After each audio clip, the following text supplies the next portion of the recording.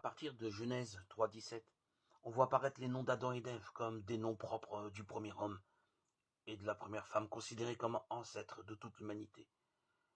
Et en Romains 5, 12, 21, l'apôtre Paul fait d'Adam le premier pécheur, celui qui a ouvert la porte au péché et au fruit du péché qu'est la mort. Par un seul homme, le péché est entré dans le monde, et par le péché, la mort. La mort a atteint tous les hommes parce que tous ont péché. Romains 5, 12. Cette phrase a servi de base à ce qui fut plus tard la doctrine du péché originel. On peut la résumer ainsi. Adam et Ève, hommes et femmes parfaits, succombèrent à la tentation de Satan, l'ennemi de Dieu.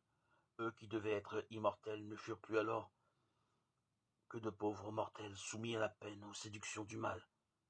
Genèse 3, 16, 19. Adam et Ève entraînèrent tous leurs descendants, tous les hommes, dans cette situation misérable. Vie pénible, mort inévitable et séparation éternelle d'avec Dieu. Seul Jésus-Christ tirera l'humanité de cette déchéance, rétablira la communication avec Dieu, effacera par le baptême l'antique malédiction et ouvrira les portes du paradis.